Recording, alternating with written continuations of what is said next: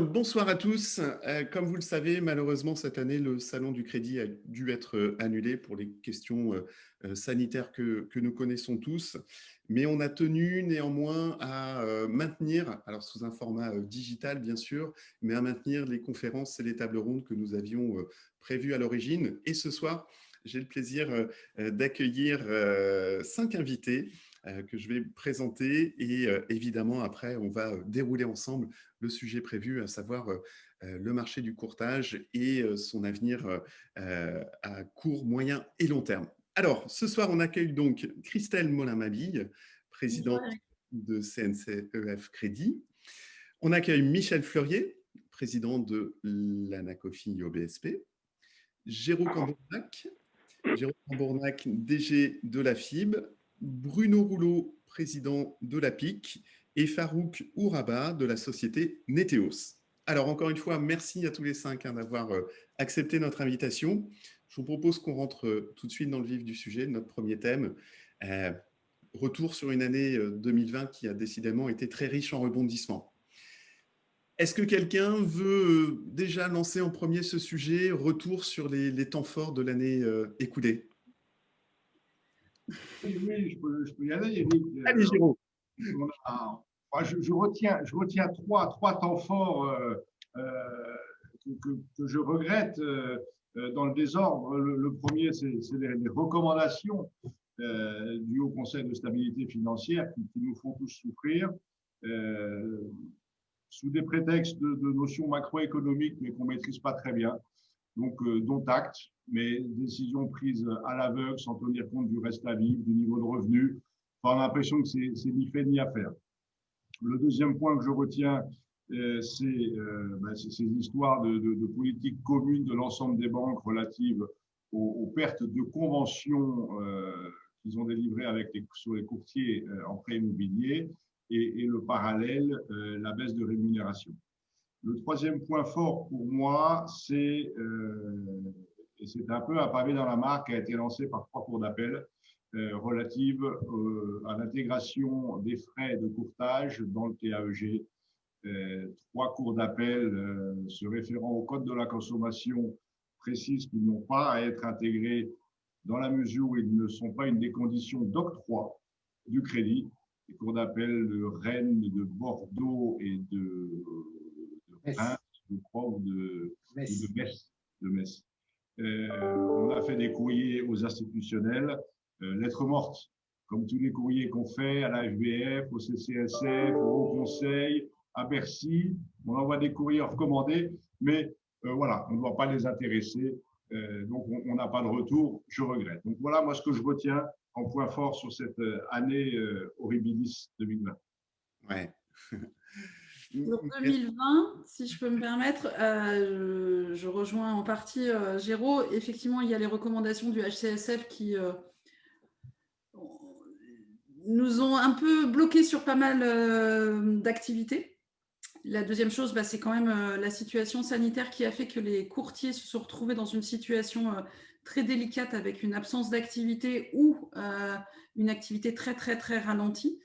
Il y a eu effectivement, je ne vais pas répéter ce que dit Géraud, mais c'est vrai que je pense que cette crise sanitaire vient en plus des problématiques que les courtiers peuvent avoir avec la situation tendue avec les établissements bancaires. Alors, ce n'est pas tout le monde, ce n'est pas dans toutes les régions, ce n'est pas toutes les banques, mais c'est quand même assez généralisé depuis une grosse année, on va dire. Donc, 2020 a été, en plus de la crise sanitaire, assez difficile pour le monde du courtage.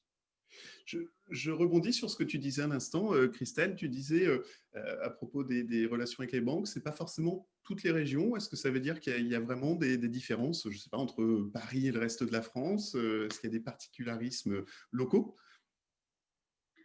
En fait, ce n'est pas qu'il y a des particularismes locaux, c'est qu'il y a des banques régionales et toutes les banques régionales ne réagissent pas de la même manière. Donc, on peut très bien avoir, par exemple, un crédit agricole d'une région qui va plus vouloir travailler avec les courtiers, et puis il y a d'autres crédits agricoles de d'autres régions qui veulent toujours bien travailler avec les courtiers. Donc, en fait, ça dépend vraiment et l'activité n'est pas la même. Tout à l'heure, on parlait de Metz, de Nice, de Paris ou de Lille. Enfin, voilà, c'est pas du tout. On n'est pas sur les mêmes secteurs de marché, on n'est pas sur les mêmes attentes des banquiers, donc automatiquement, on n'a pas forcément les mêmes les mêmes réponses par rapport aux conventions. Ouais, d'une banque à l'autre. Je ne sais pas si vous, les autres présidents des associations, vous constatez les mêmes choses, mais ce n'est pas forcément linéaire, c'est ce que je veux dire. D'accord, ouais. Michel, justement, ton avis sur ce point? Écoute, donc je me suis pas précipité pour répondre à ta question, parce que je me disais quelque part, pourquoi encore se faire du mal? Parce que tous les points relevés, je pense que tout le monde les a subis et les subissent encore. Donc moi, ce qui me préoccupe maintenant, c'est pas trop ce qu'on a vécu, parce que c'est fait, hein, on va pas refaire l'histoire, on va pas refaire le passé, mais c'est plus qu'est-ce qu'on va pouvoir faire pour sortir de là, et voilà, ma vision est plus pour demain, et avec ce que l'on sait aujourd'hui, qu'est-ce que l'on peut espérer peut-être faire demain. Et c'est compliqué, hein, parce qu'il n'y a pas de réponse toute faite. Mais après, mes deux confrères ont déjà bien dépeint la situation. Bon, il n'y a pas grand-chose à rajouter. On a un cumul de facteurs, de par notre statut, qui a de grandes imperfections. Déjà, ça c'est un point. La situation du marché, donc nous sommes intermédiaires, donc on ne peut rien faire sans les fournisseurs, sans les banques. Donc si leur volonté commerciale est tout autre de ce que l'on espère, malheureusement on ne peut pas leur tordre le bras. Et puis après, il y a le contexte économique dégradé par la situation sanitaire. Voilà donc ça c'est la situation aujourd'hui, mais voilà, comment sortir de là, et c'est ça qui me préoccupe plus aujourd'hui. Et voilà. Ok, merci Michel. Je ne veux pas monopoliser la parole, parce qu'après Bruno va dire que je reste 2 heures au micro. Voilà. Merci Michel. Bruno, tu souhaites peut-être justement ajouter un mot par rapport à cette situation qu'on a connue cette année? Michel, c'était qu'amical, t'inquiète. J'entends bien. Non, on va pas faire de redite, on va simplement essayer. Géraud et Christelle ont quand même dépeint des éléments très factuels. Moi, pour essayer de prendre un peu de hauteur par rapport à ça, j'aurais tendance à dire que on a peut-être aussi, nous, parce qu'il faut savoir aussi balayer devant notre porte, on a peut-être aussi, nous, pas vu des choses arriver. Alors certes, la crise du Covid n'était pas prévisible, enfin, il faudrait être devin pour l'avoir envisagé, mais en tout état de cause, je rappelle quand même qu'on sort de 5 années où, entre les renégociations et l'euphorie du marché de l'immobilier, on était sur une pente ascensionnelle assez incroyable, et que le métier du courtage a bénéficié, au même titre que pour les banques, de cette situation. Il y avait un moment où il allait de toute façon se passer quelque chose. Il se trouve que ça se fait d'une façon un peu dramatique, mais derrière, c'est un accélérateur. Pour moi, le Covid n'est qu'un accélérateur d'une mutation qui est en train de s'engager depuis déjà quelques temps, et sur lequel les banques ont tardé à aller parce qu'elles étaient portées par le marché, et nous-mêmes également on est dans le même bateau par rapport à ça. Alors, au-delà de ça, bien sûr, les raisons qui sont évoquées là sont toutes celles auxquelles nos agences et nos réseaux adhérents sont confrontés. Donc, je ne vais pas faire la politique de l'autruche. Pour ce qui est de ce que dit Michel, oui, mais je crois que ça fait partie de la dernière partie de ce que tu veux qu'on évoque, Eric. Donc, on se lâchera sur cette évolution qu'on envisage les uns les autres et les pistes qu'on préconiserait. Mais en tout état de cause, sur la situation, je pense que ce qui me frappe, moi, au-delà des 4 éléments qui ont été lancés, ce qui me frappe, c'est le chahut que ça provoque sur le marché bancaire et l'incapacité aujourd'hui du monde bancaire à s'adapter, parce que pas d'anticipation sur ce sujet-là. Et du coup, ils prennent de plein fouet, ils nous font subir de plein fouet ça. Et au final, les décisions des autorités de contrôle, comme le disait Géraud, ou des législations, elles ne sont que le reflet d'une volonté de protéger le système bancaire et non pas de protéger le consommateur. Parce que n'oublions pas que le consommateur en France, en termes de solvabilité, est sans doute le consommateur le plus fiable au niveau européen.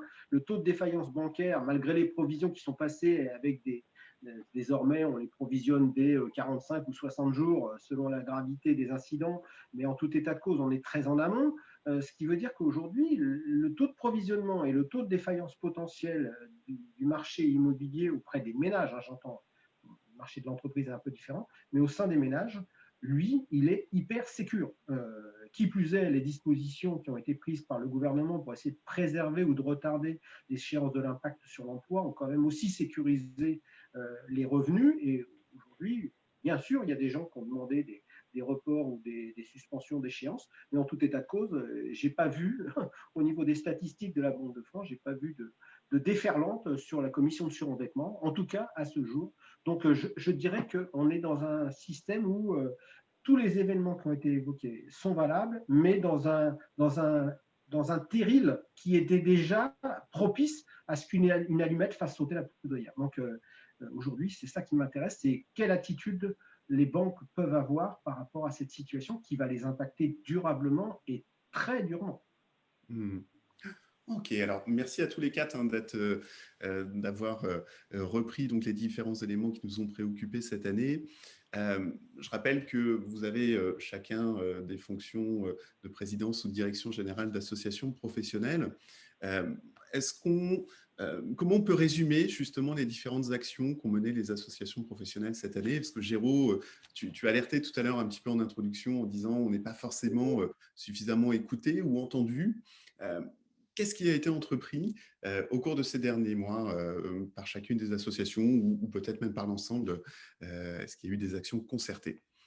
Oui, alors je crois que le premier point, après je cède la parole, je crois que le point le plus important, c'est vraiment de dire au plus grand nombre que l'ensemble des associations qui représentent la profession d'IOB, qu'on soit côté courtage ou côté MNE, l'ensemble des associations travaillent de concert.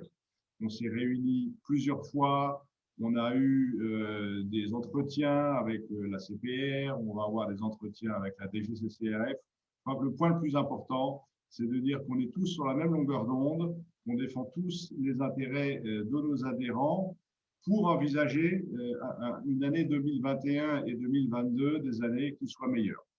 Voilà, ça c'est le point le plus important. Ensuite, je laisse Christelle ou Bruno ou Michel peut-être rentrer dans les détails de ce qu'on a pu faire, et puis je pourrais revenir ensuite sur ce qu'a fait la FIB peut-être indépendamment. Ok, très bien. Merci Géraud. Christelle, si tu veux justement rebondir pour la CNCEF. En fait, je rejoins Géraud sur le fait qu'une des choses importantes, c'est qu'on a réussi, toutes les associations, à énormément communiquer cette année, Ouais. toujours dans le même sens. On n'a pas forcément tous le même ADN ou la même volonté ou les mêmes objectifs par rapport aux adhérents. Malgré tout, on est tous dans le même objectif, c'est qu'on veut représenter et défendre le métier de courtier. Donc ça, c'est vraiment important. Il est vrai que nous avons fait des réunions avec la CPR et bientôt avec la DGCCRF. Les actions de la CNCEF, alors ça va automatiquement déborder sur le sujet d'après.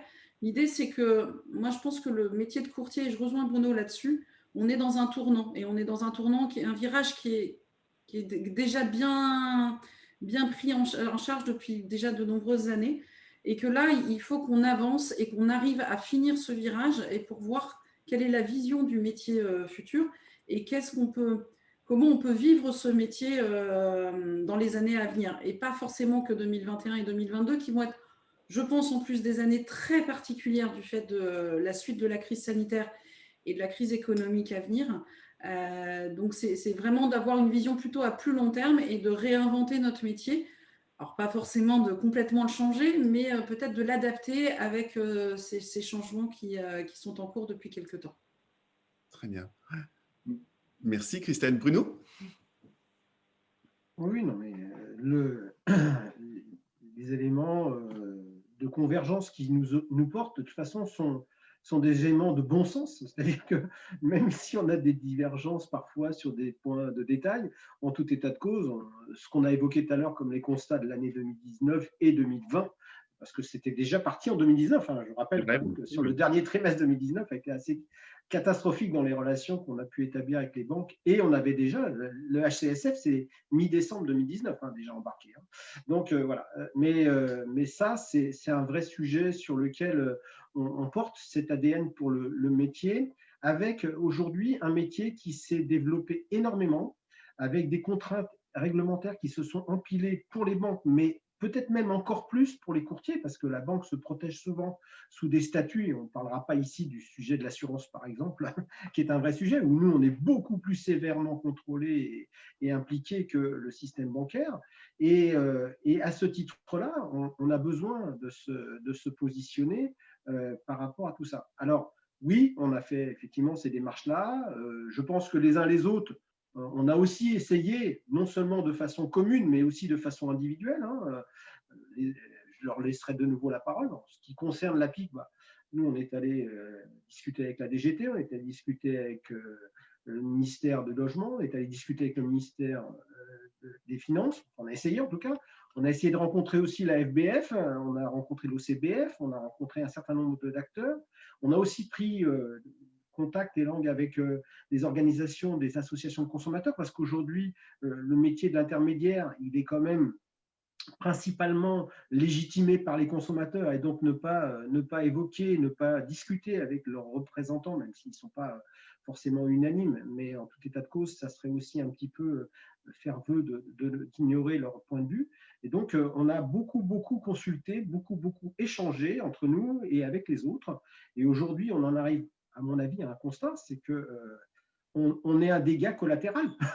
C'est un peu méchant de dire ça, mais la réalité, c'est qu'il n'y a pas de politique de logement qui soit très clairement établie, que la protection première du ministère et du gouvernement, c'est quand même de faire survivre le système bancaire, parce qu'il en a besoin pour distribuer et maintenir un certain niveau d'économie malgré tout, ne serait-ce qu'en la distribution du PGE, et qu'au final, les intermédiaires à côté qui sont normalement des acteurs qui sont légitimés, crédibilisés par les consommateurs et qui ont une place dans la production de crédit, mais pas que de crédit, se retrouvent en fait une variable d'ajustement qui est très désagréable à vivre, et que cette variable d'ajustement, il y a deux solutions. Soit on décide de ne plus en faire une variable et de prendre notre part de marché, et comme le disait Christelle, je sais qu'on partage beaucoup cet avis-là, il va falloir qu'on pense aussi à se réinventer, pas que pleurnicher.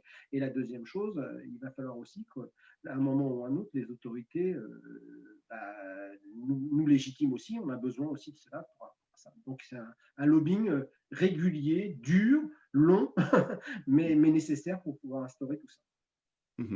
Michel ?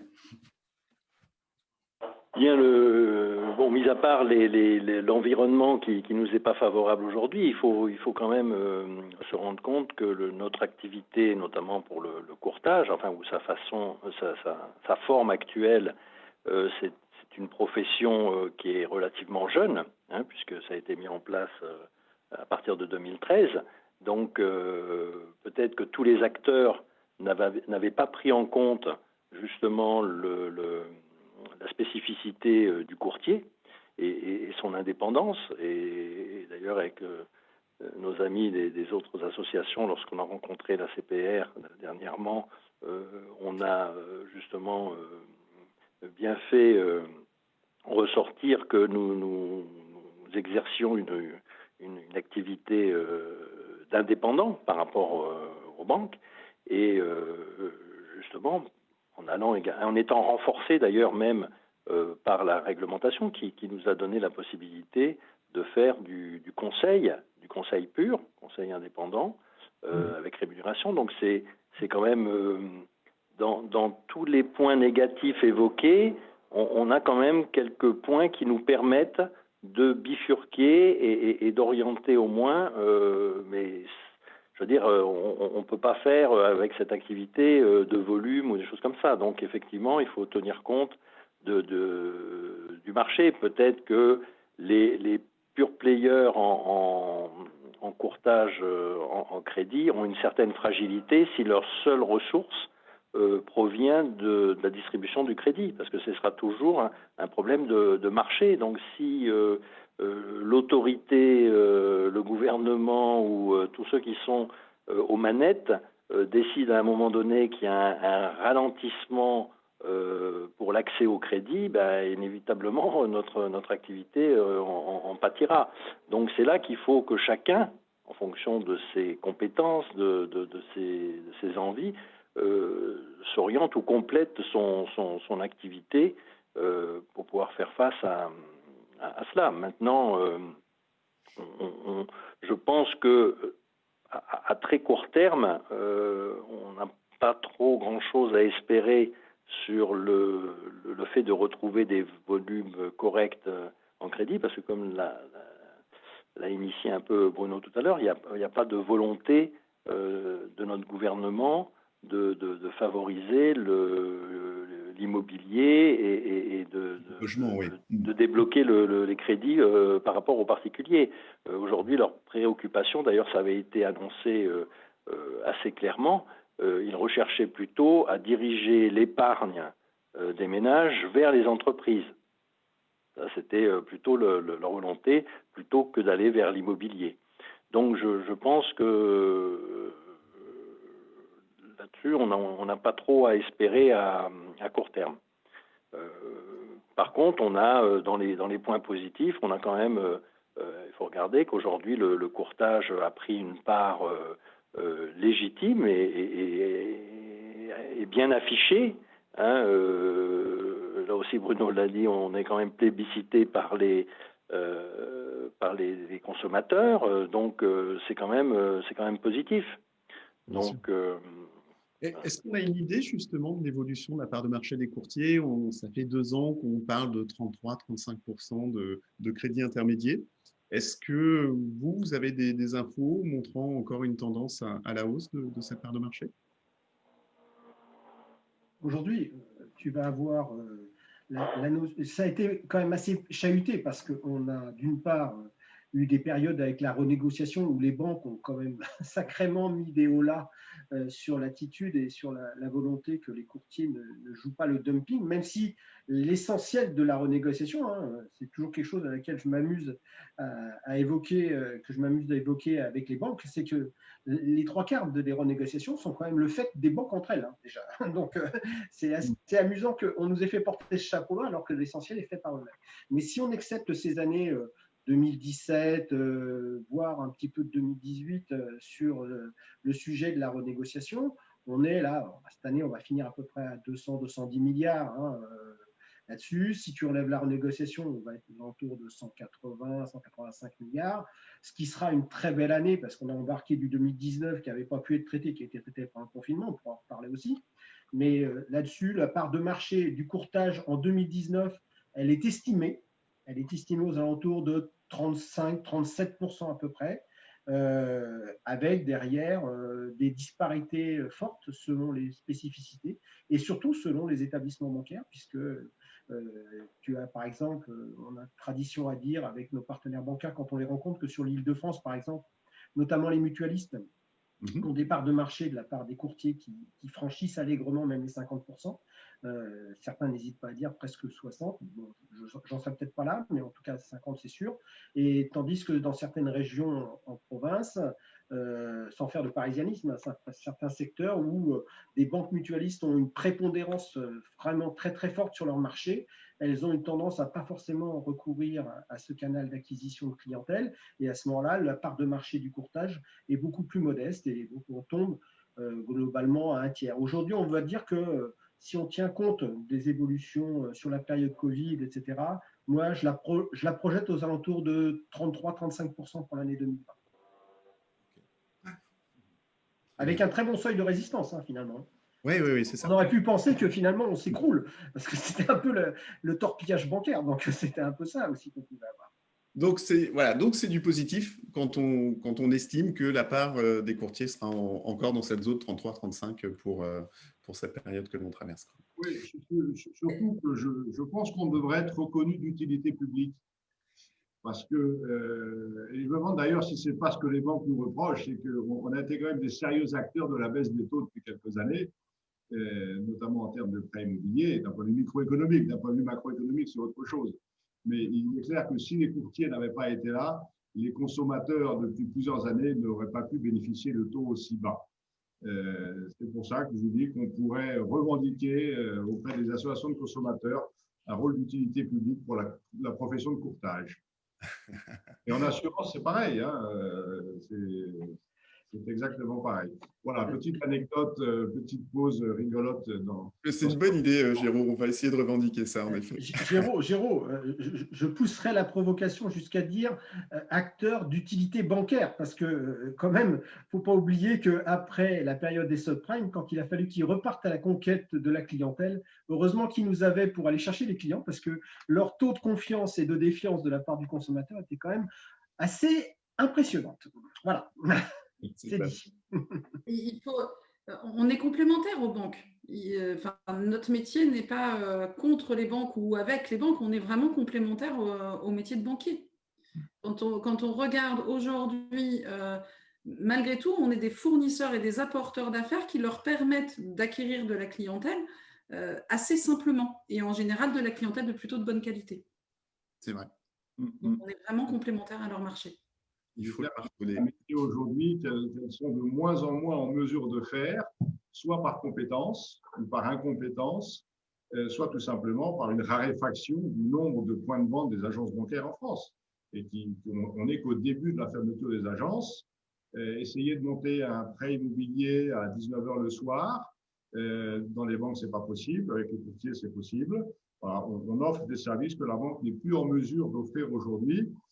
À tel point que certains réseaux bancaires envisagent de se séparer de leurs salariés pour les passer en mandataires pour distribuer les propres produits de la banque, mais non plus sur le statut de salarié.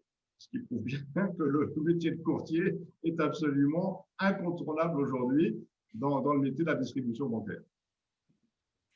Alors, il y a un point qu'on a abordé un petit peu en filigrane au cours de nos échanges. C'est cette période de confinement, alors plus particulièrement au printemps dernier, qui a vraiment montré que la chaîne de transactions en immobilier a un vrai retard en matière de digitalisation. Je pense que tout le monde en est conscient. Il y a des choses qui ont été mises en place, la signature électronique, etc. Mais on a l'impression qu'il y a encore beaucoup de retard dans la digitalisation et notamment dans la relation banque-courtier. Et je vais faire un parallèle très facile, très simple. Je parle bien là d'immobilier parce qu'en regroupement de crédit, Géraud, ouais. Problème de son? Non, il dit juste non. Ce que je voulais dire par là, c'est qu'en regroupement de crédit, ça fait des années qu'il y a des passerelles informatiques entre intermédiaires et établissements prêteurs, etc. Et en immobilier, en crédit immobilier, on a vraiment l'impression qu'il y a un retard. Je voulais proposer qu'on passe la parole à Farouk de la société Neteos pour justement faire un petit peu le point sur ce que savent faire les banques sur certaines lignes de métier et qu'on voit ensemble si on peut peut-être trouver des pistes pour la distribution du crédit immobilier. Farouk? Ouais, merci Eric. Je vais peut-être commencer par présenter un petit peu qui on est et ce qu'on fait. Alors, Neteos, c'est un acteur de la transformation digitale et principalement au niveau de la confiance digitale. Donc, les solutions qu'on propose aux acteurs de la finance, donc ça va être des banques, des assurances, des mutuelles et des courtiers, mais plutôt des courtiers en assurance. C'est des solutions de contractualisation en ligne. Donc, en fait, ça permet, dans un parcours complètement intégré, de répondre aux principaux enjeux de la contractualisation en trois phases. C'est l'identification du client. Là, on parle beaucoup de relations à distance et de plus en plus avec la crise qu'on subit tous parce que c'est le principal canal d'acquisition. Donc, sur l'identification, c'est l'analyse du document d'identité du client, des solutions de face match. Donc, dans le face match, on va retrouver un parcours avec un selfie vidéo, reconnaissance faciale et comparaison du visage avec le visage présent sur le document d'identité, ce qui nous permet aussi de gérer la preuve de vie. Ensuite, sur l'aspect contractualisation, il y a évidemment la signature électronique. Donc là, on peut envisager la signature électronique du contrat ou d'un mandat, par exemple. Et la troisième partie, c'est toute la partie vérification de l'authenticité et de la conformité des pièces justificatives dans le cadre d'un dossier. Et là, on retrouve tout un portefeuille de documents justificatifs sur lequel Neteos a travaillé, puisque le cœur de métier de Neteos, c'est de faire de la technologie pour analyser ces documents-là. Et donc, on retrouve tout ce qui est justificatif de revenus, donc bulletin de paie, avis d'imposition, justificatif de domicile, RIB, etc. Donc, nos principaux clients déploient ces solutions-là sur des parcours en ligne et vont gérer l'ensemble du processus de complétude et de conformité du dossier au regard de ce qu'imposent dans l'entrée en relation les règles de la CPR et notamment de la 5e directive de la lutte contre le blanchiment d'argent et contre le financement du terrorisme. Je ne sais pas si j'ai complètement répondu à la question ou pas. Oui, si, et c'est là où on voit qu'il y a effectivement de nouveaux outils, de nouveaux usages dans l'entrée en relation avec les clients. Bruno, je sais que toi, tu es assez passionné sur le sujet des GAFAM ou des BATX, etc. Justement, quand tu entends ce que propose aujourd'hui Farouk à ses clients banques, qu'est-ce que ça t'inspire? De toute façon, au-delà de la notion de passion, c'est une question de professionnalisme. C'est-à-dire qu'aujourd'hui, je pense que n'importe quel professionnel qui est dans un métier avec un environnement qui bouge à la vitesse à laquelle bouge le nôtre se doit de surveiller un petit peu ce qui se passe. Donc, bien sûr, j'ai une appétence, mais je n'ai pas une appétence outrecuidante par rapport à ça. J'ai une appétence réaliste qui est de mon métier. Ce que dit Farouk est important parce que on mesure bien à cet endroit-là la différence entre l'agilité des structures telles que celles que nos adhérents et nous-mêmes avons et l'inertie que peut embarquer une banque lorsqu'elle déploie des solutions. Et là, à ce titre-là, quand une banque, et là, ce n'est pas leur tirer dessus, c'est simplement dire que quand on a un tanker, on ne peut pas virer à 180 degrés en quelques coups de barre. On est obligé de voir quelle va être l'inertie de la décision qui est prise. Et surtout, il y a des sujets de sécurité qui sont énormes.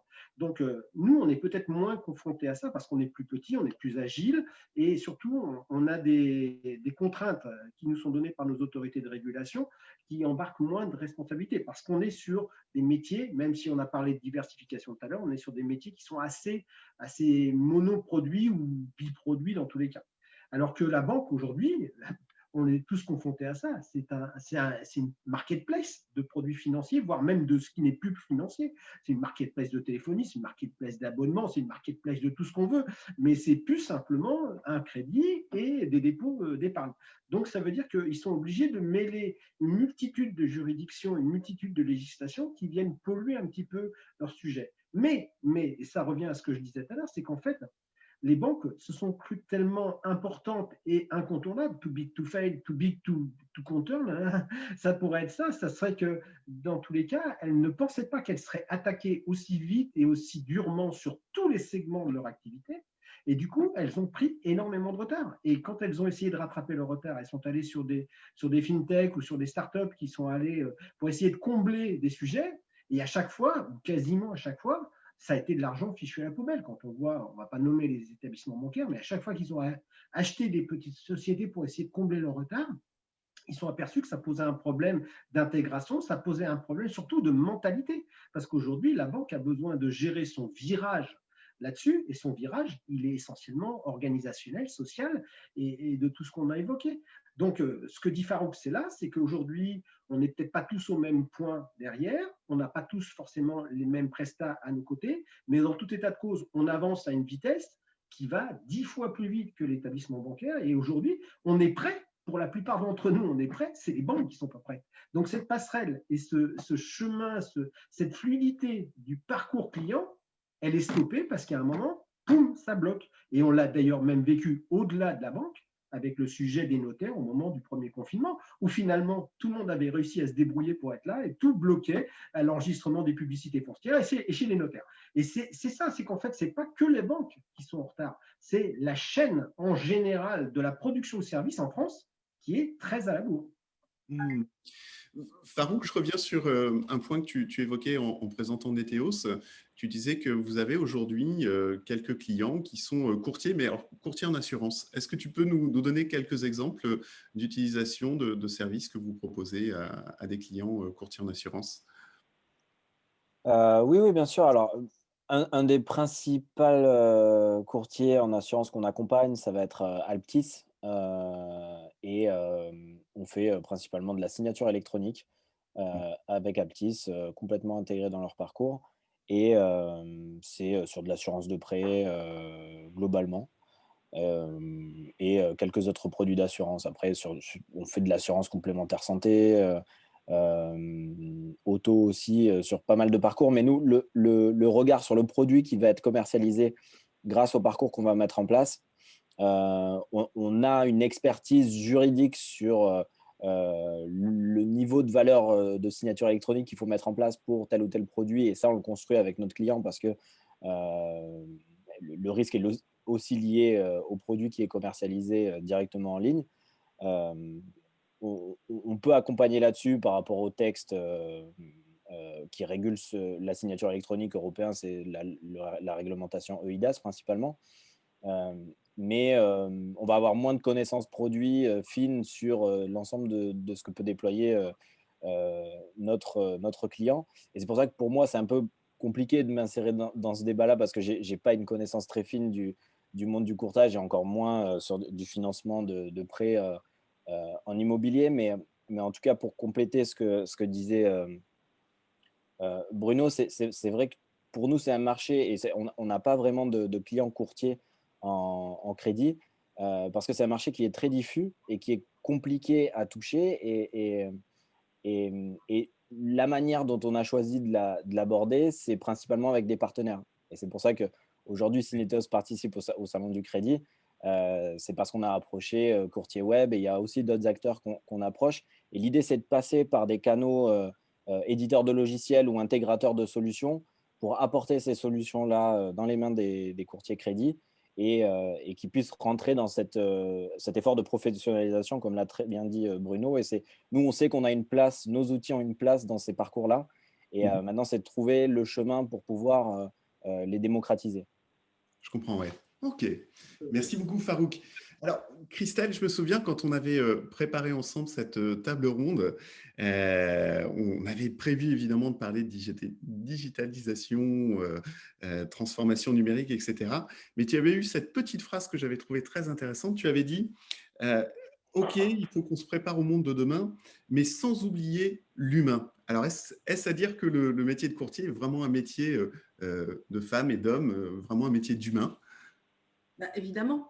Enfin, ça me paraît évident. C'est-à-dire qu'on aura beau digitaliser autant qu'on peut notre métier, ce qui va nous simplifier les choses et ce qui va peut-être favoriser le développement, enfin, et le développement commercial, et la relation avec les banques, et la relation avec les emprunteurs. OK. Maintenant, ça reste un métier d'humain. La majorité, je pense que tous les courtiers qu'on peut rencontrer, et nous-mêmes étant courtiers, tous ceux que nous rencontrons, la majorité ne sont pas des spécialistes du crédit. Donc, ils ont encore besoin de pédagogie, d'explication, d'accompagnement. Et l'accompagnement, il passe par l'humain. Si c'est juste une boîte aux lettres où il rentre juste ces chiffres, à la limite, un scoring ou n'importe qui, on n'aurait même plus besoin de banquier. Enfin, si on va encore plus loin que ça. Donc oui, c'est pour moi, en tout cas, et c'est ce que je diffuse comme idée au sein de la CNCF Crédit, c'est que ça reste avant tout un métier humain. Et d'ailleurs, nous représentons tous, autant que nous sommes là, des adhérents. Et ces adhérents, ce sont des hommes et des femmes qui ont une boîte ou qui travaillent pour une boîte et qui ont plaisir à rencontrer encore leurs clients. Peut-être plus par visio. Je pense qu'effectivement, ces confinements, cette situation de crise sanitaire a fait découvrir qu'on pouvait aussi travailler en visio tout aussi bien qu'en rencontrant notre client physiquement. Et donc, ce qui permet de peut-être développer différemment. Malgré tout, la visio, tout l'avantage qu'on a de ce genre de réunion, c'est qu'on se voit, c'est qu'on se parle et qu'on n'est plus face à une machine sur laquelle on appuie un bouton. Donc oui, je confirme ce que je t'ai dit, je ne me souvenais plus dans quel contexte, et je ne savais plus ce que tu allais me sortir comme phrase, puisque je parle... Il n'y avait pas de piège. Oui, pour moi, ça reste un métier avant tout humain. Ouais, je voulais rebondir là-dessus, Eric, parce que c'est complètement dans l'ADN de notre discours. C'est-à-dire on va apporter des outils qui vont permettre de faciliter le lien. C'est-à-dire que quand je vais ouvrir une demande de crédit, etc., au moment de finaliser ma demande, c'est plus simple de recevoir un lien que je peux ouvrir à n'importe quelle heure et sur lequel je vais pouvoir compléter mon dossier en téléchargeant l'ensemble des justificatifs, plutôt que d'envoyer un email, ce qui est la pratique, mais pour des problématiques de RGPD, etc., il vaut mieux éviter ce genre d'usage. Mais par contre, le conseil restera toujours là et quelqu'un qui bute dans la soumission d'un justificatif même, ou qui a un problème d'utilisation de signature électronique, il y aura toujours un conseiller pour l'accompagner et dans la plupart des parcours dans lesquels on est déployé, en tout cas chez des courtiers en assurance, on le retrouve à chaque fois. Ouais, Il y a oui. un accompagnement humain, quoi qu'il en soit. Ce n'est pas une substitution totale, c'est voilà, un outil d'accompagnement. Ouais. Ok. Et Très c'est bien. un outil qui permet une meilleure traçabilité aussi. Et puis sinon, l'année prochaine, tu auras des robots. Donc, en fait, non, on reste. Non, mais c'est vrai, c'est complémentaire. Je plaisante comme ça, mais parce qu'en fait, on essaye souvent de mettre en opposition le côté technologique et le côté humain. Mais non, c'est complémentaire. Enfin, il y a une vraie complémentarité et un vrai besoin de cette complémentarité. Et je rejoins Bruno. Alors, j'ai aussi une appétence sur le côté informatique et digitalisation, mais en fait, l'un sans l'autre, ça n'existe pas. Ok. Merci Voilà. pour ces Sur cette digitalisation, c'est de faire le parallèle entre l'activité du crédit immobilier, qui est fait par les grandes banques que vous connaissez, et l'activité du regroupement de crédit, qui est fait par leurs filiales. Et on s'aperçoit qu'en termes de digitalisation en regroupement de crédit, auprès des 6 acteurs, tous les intermédiaires ont accès à l'intranet de la banque. Et on saisit le dossier directement sur l'intranet de ses filiales, de la Générale, du Crédit Agricole, de Crédit Mutuel, etc. Donc la digitalisation est très avancée et elle marche bien pour l'activité du regroupement de crédit, alors que dans les maisons mères, ça marche pas. Et Bruno a tout à fait raison de dire qu'ils n'arrivent pas à prendre ce virage dans les maisons mères, mais dans les filiales, ça marche très bien. On reste des humains, on a un accès direct, on a une réponse en direct, et c'est peut-être un des motifs également de rupture des conventions des banques, c'est de tout arrêter pour repartir sur un process digital. Je le souhaite à Farouk. On ne va pas aller jusque-là, je pense. Non, mais il faut tenir compte également que pour la distribution de masse de crédit grâce à des outils digitaux, les banques peuvent très bien se passer des courtiers. Nous, on a une vocation, c'est d'aller plus sur des dossiers à valeur ajoutée où, lorsque le client réclame un accompagnement, ce qui n'est pas le cas de tout le monde. Et certains se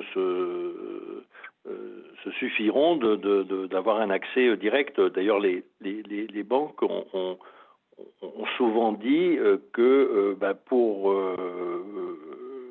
pour apporter une certaine catégorie de clientèle, ça ne les intéressait pas que cela passe par le canal des courtiers et que leurs propres outils, justement, de simulation ou même de conclusion de crédit, de demande de crédit, se faisaient directement par leur système. Donc, mais c'est pas incompatible, hein. Je veux dire, il y a de la place pour tout le monde, pour les différents systèmes. Mais ce sera peut-être difficile, ou ça nous obligera de repenser justement notre relation avec la banque, parce que comme on le voit comme disait Géraud, pour le regroupement de crédit, il y a un accès aux outils de la banque avec un accès direct pour le dépôt de dossier, etc. Mais souvent, les intermédiaires, ce sont des mandataires. Parce que la banque, pour laisser l'accès à ces systèmes, il faut qu'elle ait une relation beaucoup plus étroite avec l'intermédiaire. Donc, et notamment en termes de contrôle. Donc, voilà, après... comme je disais au début, je pense que notre activité est encore relativement jeune et il faut qu'elle trouve sa place avec les différents canaux possibles de distribution ou les différents marchés. Bruno, je crois que tu voulais ajouter un mot, je t'ai vu oui, lever le... Je fais attention parce que je sais qu'on n'a pas encore abordé non plus le dernier sujet, je crois. Mais simplement, oui, Michel dit que effectivement, les banques pourraient éventuellement se passer de nous si jamais on déployait à l'absolu des outils avec des algorithmes très intelligents. On parle de logiciels, de progiciels prédictifs, etc. Mais il y a une donnée quand même qui m'échappe, et moi je rejoins Christelle sur ce qu'elle disait, et on est, je pense, tous d'accord, c'est que plus il y a d'outils, plus finalement le client a besoin qu'on l'aide à comprendre et à utiliser les outils. C'est-à-dire qu'on est aux limites des systèmes, c'est-à-dire que oui, l'outil, mais on en arrive à un outil qui aide à se servir d'un autre outil, etc. Et au final, le bonhomme, il est là, est-ce que je dois cliquer à cet endroit-là ou est-ce que je fais une bêtise par rapport à ça? Alors, on a une nouvelle génération, là, que ce soit au-delà des aides, même maintenant, les millennials et tout ça, c'est des générations qui sont beaucoup plus rodées à l'usage permanent des outils. Mais même eux, quand vous leur parlez de projet, au final, ils font un blocage, c'est-à-dire qu'ils reviennent vers le contact humain parce que finalement, ils n'ont eu qu'une génération d'outils et les basiques, ils ne les ont pas embarqués avec eux au moment de leur, de leur croissance. Et à ce moment-là, c'est là où le courtier en crédit, mais comme tout conseiller professionnel. L'enjeu, c'est notre professionnalisation et notre compétence. Mais tout l'enjeu, il est là, parce que les situations, elles sont quand même de plus en plus complexes. Les gens ont les remariages, les refontes de ménage, les gens qui ont une activité avec de l'auto-entrepreneuriat en plus, des gens qui ont des parts variables, des gens qui bougent beaucoup, des gens qui font des stops dans leur carrière, etc. Enfin, je veux dire, c'est plus des situations marginales, c'est une quantité de population qui est de plus en plus grandissante, et même au-delà de ça, les aspirations et les appétences de ces consommateurs sont plus du tout les mêmes. Même si on a un leitmotiv qui est encore sur l'ancrage du logement et de son foyer, de sa cellule familiale, il n'empêche que les aspirations sont tout autres. Et puis, il y a une technologie, il y a des évolutions aussi même si le métier du crédit immobilier n'est pas très, très innovant, je dois bien le reconnaître, mais il y a quand même des choses qui sont en train de bouger en ce moment. Et à côté de ça, au contraire, il y a d'autres activités qui, derrière, commencent à venir gratouiller sur le monde du marché immobilier. On parlait du regroupement de crédit, mais on pourrait parler aussi d'autres métiers qui viennent de plus en plus prendre de la place, se juxtaposer sur ce marché-là et bien offrir des alternatives qui sont intéressantes. On pourra prendre des habitudes sur le co-living, des habitudes sur la façon du regard par rapport à la propriété, etc. Donc, le courtier a toute sa place là-dessus et plus que jamais, le conseiller, au sens littéral du terme, doit aussi embarquer et prendre cette place. Il y a cette notion de conseil, si je peux me permettre, il y a cette notion de conseil qui est très importante, et tu parlais des milléniaux. Les milléniaux, ils sont aguerris au système informatique, à toute la technologie, à se débrouiller tout seuls, mais ils sont très, très, très avides de conseils et de conseils humains. Et en fait, il ne faut pas oublier la base de notre métier, qui est le projet immobilier ou le regroupement de crédit. Ce sont des projets de vie et ce sont des projets qu'on doit personnaliser. Et ben, moi, je mets à défi une machine de personnaliser autant un projet immobilier qu'un humain peut le faire. Donc, je suis pour la digitalisation, mais ne pas oublier l'humain. Voilà. Donc, je reviens à la première phrase que je t'avais dite, Eric. Très bien, Christelle, merci beaucoup.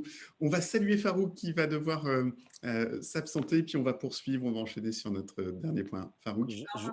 Je vous remercie à tous. Et puis moi, si je pouvais apporter un petit mot de conclusion, hein, je suis totalement d'accord avec vous sur l'utilisation de la digitalisation. Elle doit simplifier des actes assez simples et apporter d'automatisation sur des tâches qui n'ont pas de valeur ajoutée pour les courtiers.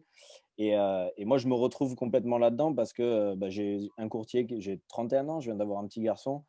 J'ai un courtier qui me suit depuis mes 25 ans. J'ai pu acheter mon premier appartement, mon deuxième appartement, revendre l'autre. Et en fait, la vraie valeur ajoutée du courtage là-dedans, c'était l'accompagnement personnalisé, humain et le fait de savoir que je peux compter sur quelqu'un avec qui m'a été recommandé en plus. Donc, il y a une relation de confiance qui est importante. Et ça m'a beaucoup aidé pour y voir plus clair, tout simplement, parce que quand on a une première acquisition immobilière, on ne sait pas forcément ce que ça veut dire, les démarches qu'il faut faire, mettre en concurrence les banques. Moi, ça m'a beaucoup aidé pour obtenir des taux intéressants, renégocier un crédit, etc. Et cette profession m'a permis de le faire très confortablement. Super. Merci beaucoup, Farouk. Merci à tous. À bientôt. À bientôt. Farouk. Au revoir. Au revoir. Alors, je voulais qu'on arrive vers la fin de notre table ronde et je voulais rebondir sur le terme que tu as été le premier à utiliser tout à l'heure, Michel. C'est le terme de diversification. Est-ce que justement la diversification du courtier en crédit, elle est devenue nécessaire, impérieuse pour poursuivre son développement? Alors, oui et non. C'est-à-dire dans les périodes fastes, comme on a connu sur les dernières années, on pourrait penser que non. Mais nous disons que dans notre association, hein, puisque la DACOFI IOBSP fait partie d'une confédération des différents métiers qui regroupe les différents métiers transversaux hein, de toute la sphère financière, assurantielle. Donc on est déjà ouvert et rompu à cela parce qu'on part justement sur l'accompagnement du client dans une version un petit peu plus large que uniquement la recherche du financement. Donc pour nous ça paraît tout naturel, mais parce qu'on peut considérer que justement on conserve le client, c'est pas du one shot. Voilà. Donc, ce qui fait que dans des périodes plus difficiles que celles que nous traversons, il est certain qu'on est moins vulnérable que le courtier en crédit qui a 90% de son chiffre d'affaires par des commissions et des honoraires issus de ces intermédiations en crédit et peut-être 10 ou 15 ou 20%, peu importe, de commissions, d'assurance, parce qu'il a pu placer de temps en temps une assurance emprunteur, même s'il n'est pas courtier, mais il est peut-être mandataire en assurance, et un petit peu de récurrent. Mais ce n'est pas suffisant pour faire tourner son entreprise. Donc là, je dirais oui, il y a intérêt à chercher d'autres activités qui viennent conforter moi, je pense que c'est par conviction hein, que c'est un tout. C'est-à-dire qu'on peut très bien aborder les problématiques d'un client en démarrant par la recherche de financement, mais peut-être aussi en faisant une analyse autre de sa situation et préconiser d'autres choses, soit sur le plan assurantiel ou juridique, etc. Donc, voilà, mais nous, c'est parce qu'on est déjà, on baigne déjà dans cela. Ok, je comprends. Géraud, tu voulais peut-être t'exprimer justement sur le sujet de diversification. Je suis entièrement d'accord avec Michel, mais d'un point de vue purement économique, c'est de l'insouciance d'être monoactivité aujourd'hui quand on fait du prêt immobilier notamment, ou du regroupement de crédit, parce que comme le soulignait Michel, c'est du one-shot. D'une part, c'est du one-shot, et d'autre part, le client appartient à la banque, il n'appartient pas à l'intermédiaire. Donc, il n'y a aucune récurrence. Je te vois faire les gros yeux, Michel. Contrairement à l'activité d'assurance où le client appartient au courtier en assurance, en crédit, ce n'est pas le cas. Et puis, un deuxième point qui est non négligeable, c'est que la réglementation nous autorise, à travers les 4 activités de crédit, nous autorise à nous diversifier. C'est pas mal, c'est le cas partout. Je vous rappelle qu'on peut faire du prêt immobilier, du regroupement de crédit, du prêt à la consommation ou du viager hypothécaire. Donc, on a tout à fait le droit, ça c'est le premier point, et on a tout intérêt en termes de garantie de l'employabilité de nos salariés, parce que tout à l'heure, Christelle parlait de la responsabilité que nous avons vis-à-vis de nos salariés. C'est cette diversification qui permettra d'avoir, outre du one-shot, mais également du récurrent. Très intéressant, ouais. Christelle, je te vois hocher la tête, en effet. Oui, je n'ai pas grand-chose à rajouter, à part qu'effectivement, on diversifie. Enfin, moi, je dirais qu'un courtier est avant tout un entrepreneur et qu'un entrepreneur, à partir du moment où il voit qu'il y a une des parties de son activité qui se réduit, ben, soit il se diversifie, soit il innove dans son métier. Il n'y a pas vraiment de solution à aujourd'hui. Oui, on peut se diversifier. Après, c'est pareil, si on se diversifie dans un métier qu'on ne maîtrise pas forcément, est-ce que c'est bien, est-ce que c'est pas bien? Je ne sais pas, j'ai pas vraiment de réponse là-dessus. Je pense que c'est très individuel. Oui. On est des chefs d'entreprise avant tout, donc on réagit comme des chefs d'entreprise. Bien sûr, oui. Bruno, un mot sur ce sujet de diversification? Ouais, alors là, pour le coup, ça va être, je pense, un des rares points sur lesquels je ne suis pas complètement d'accord avec mes confrères. Euh, Déjà, en ce qui concerne l'appartenance du client, Géraud, pour moi, le client, il n'appartient pas à la banque ou il appartient pas au courtier. Le client, il appartient au client. C'est lui-même. Le fait qu'il contractualise à un moment avec toi ne lui donne pas une notion d'asservissement ou d'assujettissement dans l'avenir. Tu auras beau avoir un très bon niveau de prestation, n'empêche qu'une fois que tu l'auras accompagné sur son projet immobilier, eh ben, il va falloir maintenir le contact tout simplement pour que le client continue à te faire confiance pour d'autres opérations ou alors tout simplement pour te recommander. Donc ça, c'est un vrai sujet aujourd'hui et je pense que il faut qu'on fasse attention justement dans notre relation et que ça embarque avec ça aussi la relation avec les banques. Hein. C'est-à-dire que pour moi, ce n'est pas le vrai sujet de la propriété. La banque n'est pas non plus propriétaire de ce client. Après, elle peut s'en prévaloir pour éventuellement décider de ne pas te rémunérer sur un futur projet dès lors que le client a déjà contractualisé avec eux. Mais en tout état de cause, la notion de la confiance, et j'insiste lourdement là-dessus, hein, je l'ai évoqué tout à l'heure dès le début, la notion de la confiance, c'est quelque chose qui se construit, ce n'est pas quelque chose qui s'institutionnalise par le simple mandat que l'on fait signer. C'est quelque chose qui se construit, c'est-à-dire qu'on va gagner cette confiance avec le client et on doit l'entretenir. La deuxième chose, sur cette notion de diversification.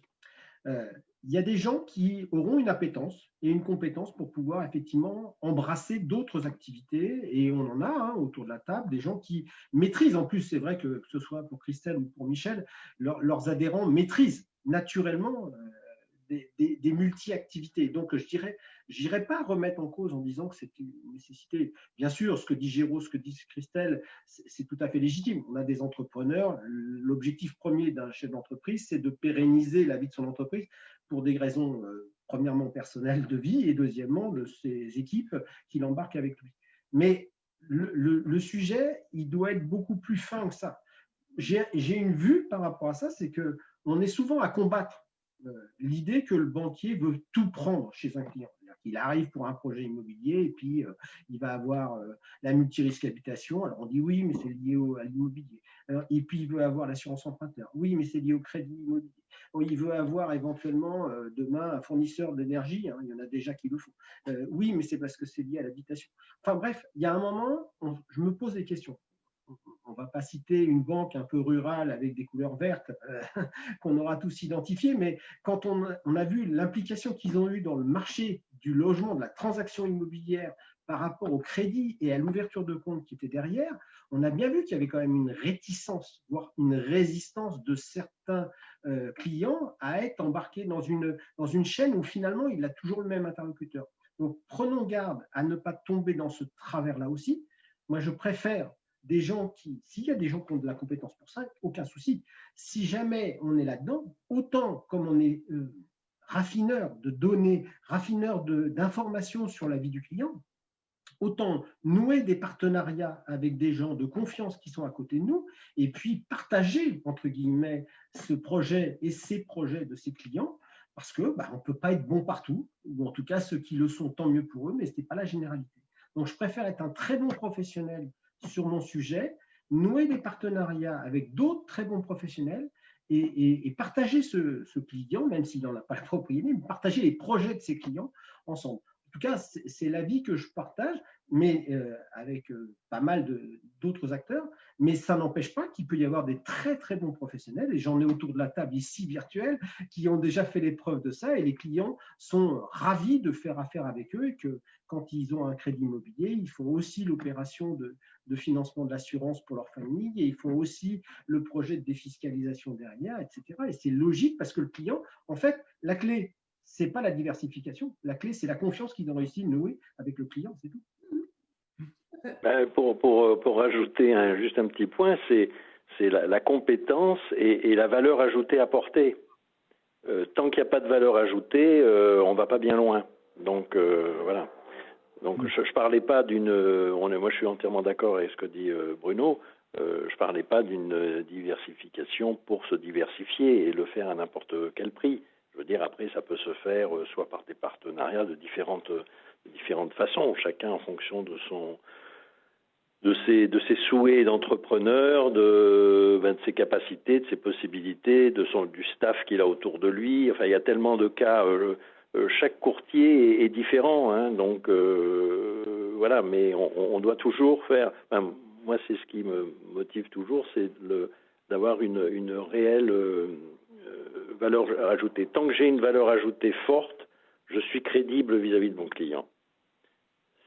Si je cherche à vendre simplement ou à la recherche de mon profit immédiat, ça va pas bien loin. Voilà.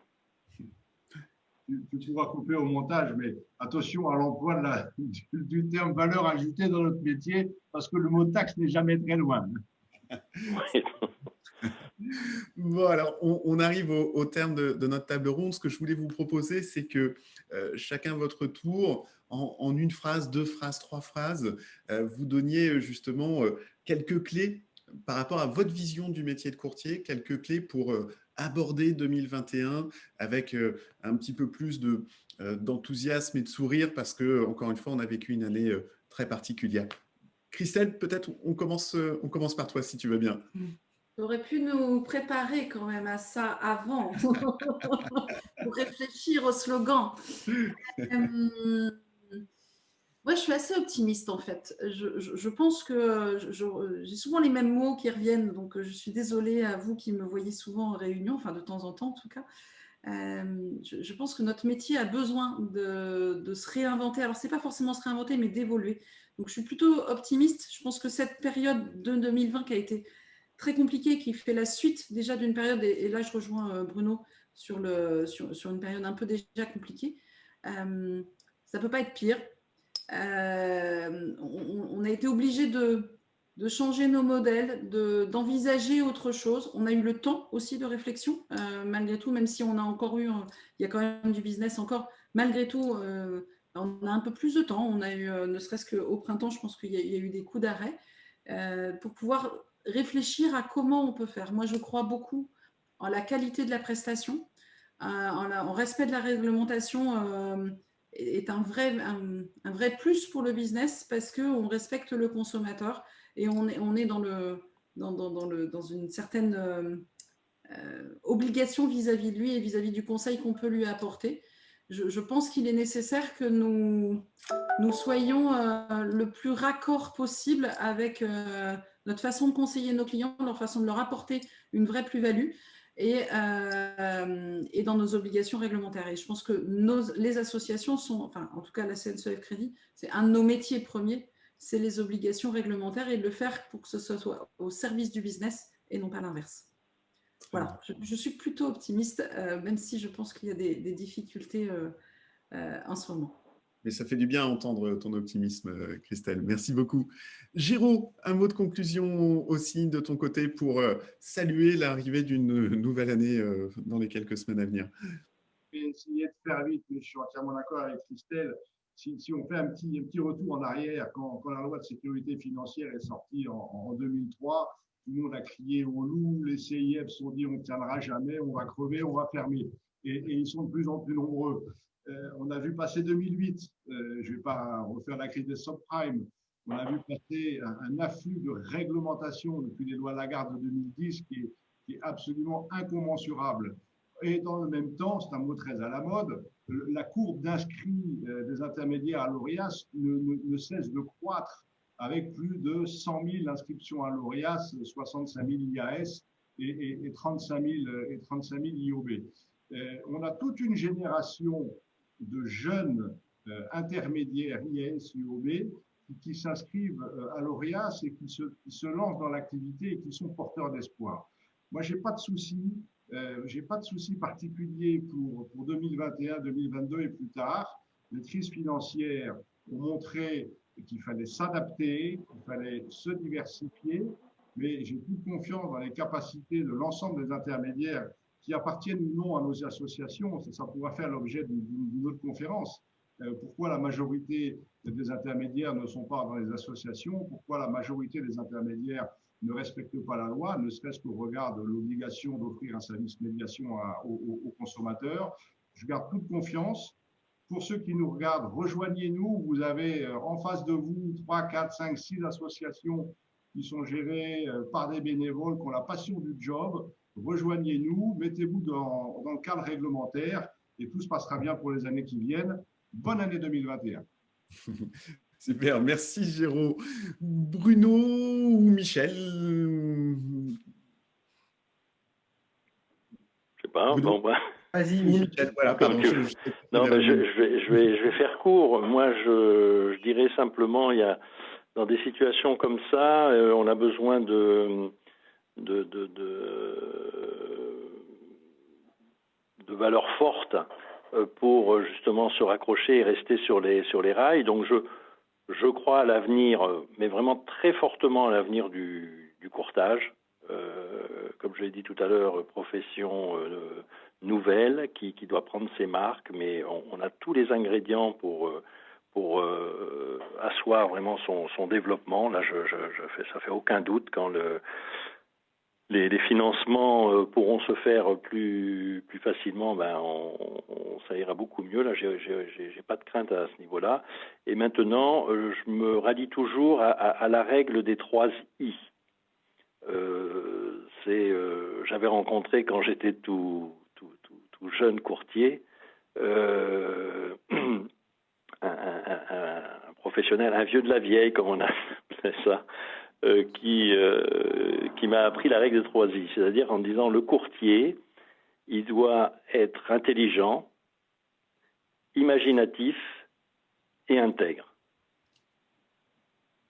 Et avec les 3 I, il n'y a pas de... Il doit avancer et doit réussir. Voilà, ce sera ma conclusion. Super, merci beaucoup Michel. Et tu vois, j'ai attrapé mon stylo pour noter la règle des 3 I. Elle est effectivement très très sympa. Michel, merci Michel de ce partage. Bruno, à toi le mot de... Il y aura un copyright pour Michel.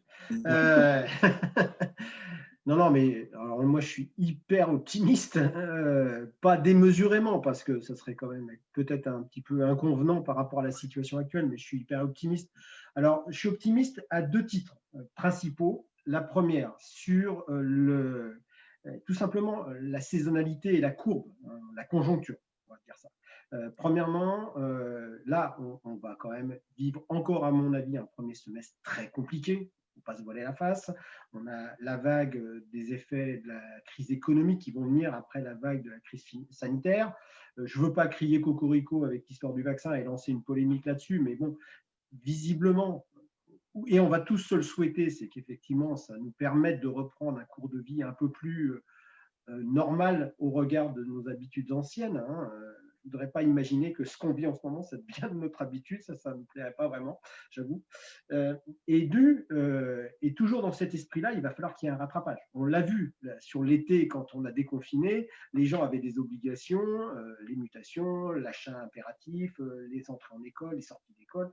Donc, on a eu un rattrapage.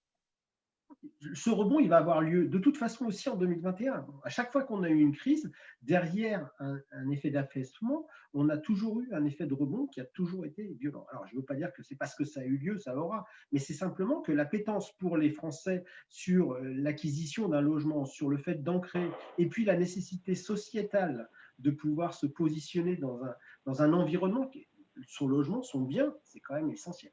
Donc, j'y crois. Et puis, petite anecdote et boutade, je vous rappelle quand même qu'on arrive en période préélectorale, que de toute façon, il va falloir qu'il y ait un moment ou un autre, après les austérités qui peuvent être faites, il va y avoir un moment où il va falloir reséduire les électeurs et que dans ces conditions-là, je ne peux pas imaginer que tout ce qu'on fait les uns les autres comme lobbying pour pouvoir travailler sur le PTZ, pouvoir travailler sur d'autres formes d'acquisition, etc., ça n'aboutisse pas à un moment ou à un autre parce que c'est quand même une résonance qui est de celle des consommateurs. Et je vous rappelle ce que je disais tout à l'heure, c'est-à-dire que les associations de consommateurs entendent ce qu'on dit et ils sont plutôt à plébisciter nos actions.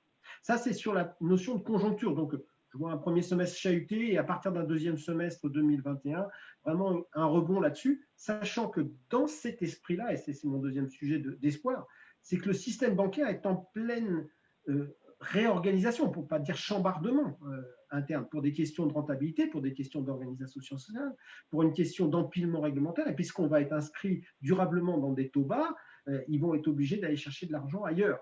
Et dans ces conditions-là, il est certain que si jamais il y a les annonces, comme le disait Géraud tout à l'heure, les annonces de fermeture, je rappelle que plusieurs établissements bancaires n'ont pas attendu 2020 pour l'annoncer. Ils avaient déjà annoncé en 2018 et 2019 qu'ils allaient procéder pour certains d'ici 4-5 ans. Et je pense que le Covid va accélérer les stratégies de réaménagement. On avait quand même entendu parler entre 30 et 40% pour certains réseaux de fermeture d'agences et forcément les équipes qui vont avec. Donc là-dessus, quand il y aura le rebond qui va arriver, eh ben, ça va embrasser les intermédiaires parce que la banque sera occupée dans sa réorganisation et elle sera aussi occupée dans le fait qu'elles ne pourront plus produire la même présence et la même disponibilité. Voilà. Et puis, sur le fond, de toute façon, je répète et j'en finirai là-dessus, c'est à la fois de l'optimisme et en même temps notre défi à tous, c'est comme je vous le disais tout à l'heure, on a la confiance des consommateurs parce qu'on est près d'eux, parce qu'on les écoute, parce qu'on est là pour être leurs ambassadeurs, hein, je ne dirais pas dire les avocats parce qu'il n'y a pas de partie plaignante, mais c'est les ambassadeurs de ces clients. Et si jamais on continue à progresser dans notre compétence, dans notre professionnalisme, dans nos outils dont parlait Farouk tout à l'heure pour mieux servir nos clients, moi je vois pas pourquoi on ne serait pas au rendez-vous de façon très, très positive et très optimiste dans les années à venir. Donc, moi, j'y crois à fond. Bon, bah super. Alors, ça fait du bien en tout cas de vous entendre tous les quatre avec justement ce vent d'optimisme mesuré, mais optimisme avant tout. Et ça, je pense que les IOB ont besoin d'entendre ce genre de message. Donc, merci beaucoup d'avoir participé à cette table ronde et j'espère qu'on aura l'occasion de se revoir très bientôt. Merci à tous les quatre et on n'oublie pas Farouk qui a dû nous quitter un petit peu plus tôt. À bientôt.